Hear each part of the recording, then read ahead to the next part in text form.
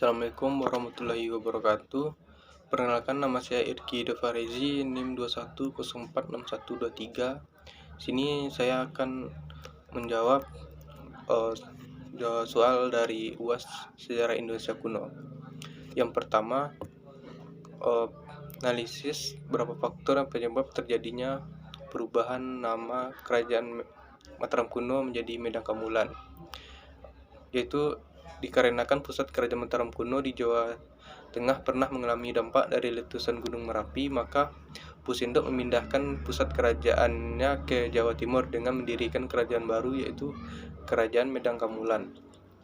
Pun demikian, Kerajaan Medan Kamulan bukanlah kelanjutan dari Kerajaan Mataram kuno.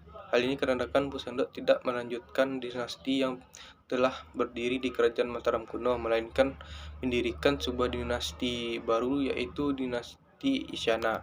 Kaitan hal tersebut pada negara-negara yang memindahkan ibu kotanya, itu terjadi pada Indonesia, yang mana memindahkan ibu kotanya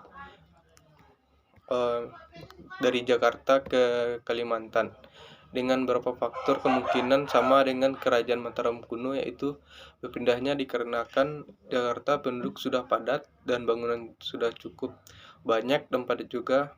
Selain itu, di Jakarta juga rawan bencana alam, seperti contohnya terjadinya banjir dan serta daya serap tanah juga kurang di sana. Selain itu, faktornya itu kontribusi ekonomi di Pulau Jawa cukup mendominasi di Indonesia, sehingga pulau-pulau di luar Jawa tersebut tertinggal. Yang kedua, hubungan antara keahlian Raja Jayabaya membuat ramalan dengan pencapaian Kerajaan Kediri. Menurut saya tidak ada hubungannya, karena kejayaan Kerajaan Kediri itu bisa tercapai akibat dari keberhasilan Raja Jayabaya, yang mana Raja berhasil membuat Kerajaan Kediri itu bersatu yang sebelumnya sempat terpecah pasca kematian Raja Airlangga.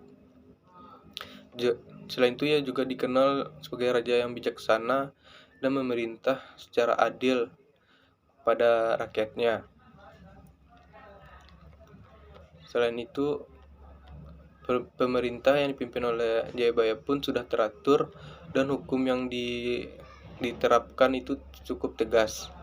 Apakah relevan ramalan masa kuno dengan ramalan yang sering dikatakan oleh Bapak Soekarno pada masa kemerdekaan? Menurut saya ada relevannya. Contohnya pada ramalan penjajahan Belanda dan Jepang, yang mana kedatangan orang kulit putih membawa senjata yang dapat membunuh dari jauh. Ia memprediksi juga bahwa mereka akan menjajah Pulau Jawa dalam waktu yang sangat lama. Menurut dia, mereka akan dikalahkan oleh orang-orang berkulit kuning yang datang dari utara, yang mana orang-orang kulit kuning tersebut yaitu orang Jepang, yang mana Jepang menjajah Indonesia selama 3 tahun. Setelah itu, Indonesia merdeka pada tanggal 17 Agustus tahun 1945.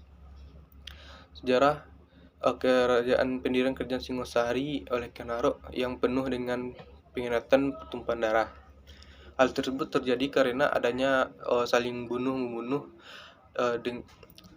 antara keturunan dari Ken Arok, yang mana awalnya terjadi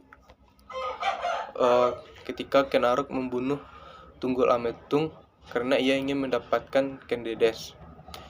Setelah membunuh Tunggul Ametung, Ken Arok pun menikah dengan Ken Dedes dan menjadi raja dari Singosari.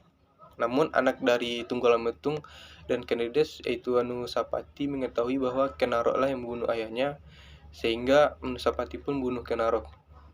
Setelah itu Anusapati menjadi raja Kerajaan Singosari, dan anak dari Ken Arok, yaitu Tohjaya, mengetahui bahwa ayahnya, yaitu Ken Arok, telah dibunuh oleh Anusapati.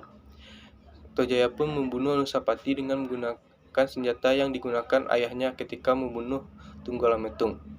Begitupun seterusnya saling membunuh sampai pada 7 turunannya. Kenapa Gajah Mada harus mengucapkan Sumpah Pelapa pada saat diangkat menjadi Patih Kerajaan Majapahit? Soal nomor 4. Jawabannya menurut saya, uh, Patih Gajah Mada mengucapkan Sumpah Pelapa, yaitu janji dia tidak akan memakan buah pelapa sejenis rempah-rempah bila belum berhasil menguasai pulau-pulau di Nusantara, di mana sumpah tersebut dimaknai Sumpah Pelapa berarti Gajah Mada memberikan batasan dan pantangan pada dirinya untuk tidak bersenang-senang sebelum berhasil mencapai cita-citanya demi negaranya. Dampak yang timbulkan oleh Sumpah Pelapa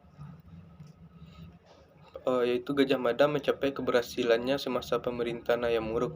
Hal ini dibuktikan dengan Majapahit pada waktu itu mampu menguasai wilayah-wilayah Nusantara yang meliputi Sumatera, Tanjung Pura atau Kalimantan, dan Semenanjung Melayu atau Malaka.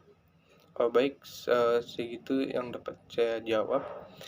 Saya akhiri. Assalamualaikum warahmatullahi wabarakatuh.